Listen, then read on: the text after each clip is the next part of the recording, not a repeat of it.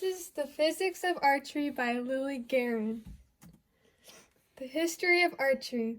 Archery dates back to the Stone Age. Native Americans were skilled bow hunters. They were able to stalk their prey and get close to it, which is the essence of hunting today.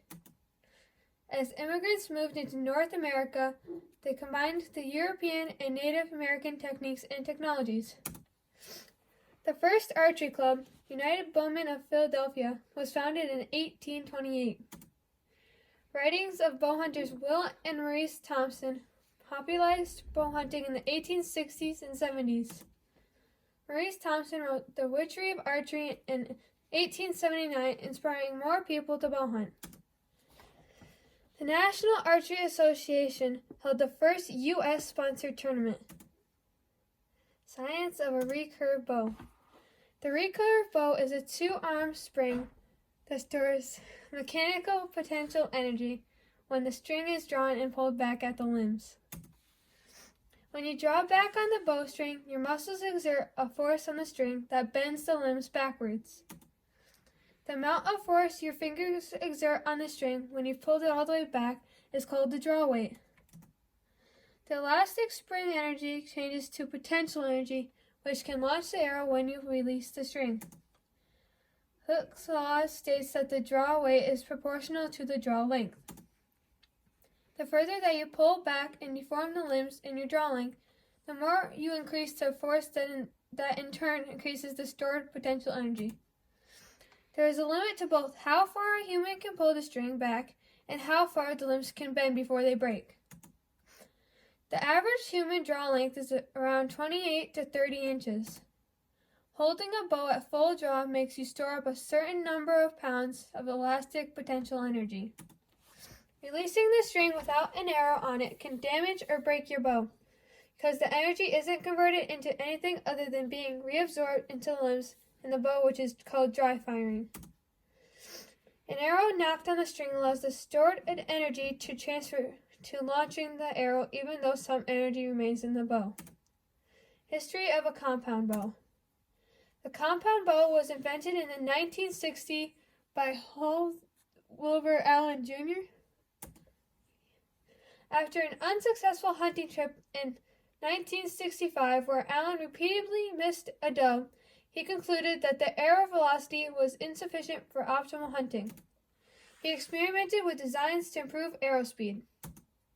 He took inspiration from the kinetic energy formula, at first attempting to increase speed by reducing arrow mass before settling on increasing energy. He concluded that the flexible limbs of standard recurve bows dissipated too much energy and stole some of the resultant arrow speed.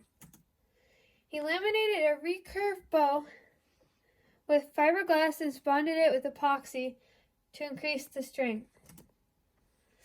He also added a pulley system, realizing that the pull weight would decrease if he mounted the pulley pivot hole offset from the center. His first compound bow took 2 days to make.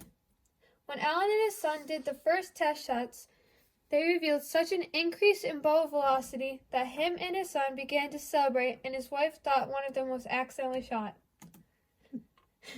He applied for a patent on June 23, 1966.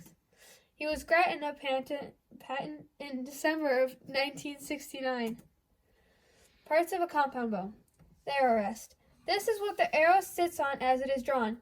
Hunting bows have larger arrow rests. Target rests are small to create minimal contact. Mechanical release. This allows hunters to fire the bow with a trigger system rather than releasing the bowstring by hand. Mechanical release is far superior to using your fingers because it takes up less surface area, which decreases the chance of your arrow being knocked off target. It also prevents the discomfort of a bowstring gliding across your fingertips. Sights. Most sights consist of a circle with several pins that mark different distances. Fiber optical cables connect to the pins direct ambient light to the pin, which helps hunters differentiate them. You do have to make sure that the sights are lined up correctly. Quiver. Modern lightweight quivers are mounted to the side of the bow and contain a reinforced sheath to the broadheads. A bow-mounted quiver is the safest quiver because broadheads are very sharp and it keeps the broadheads tucked away. It also prevents your expensive arrows from getting damaged. Science of a compound bow.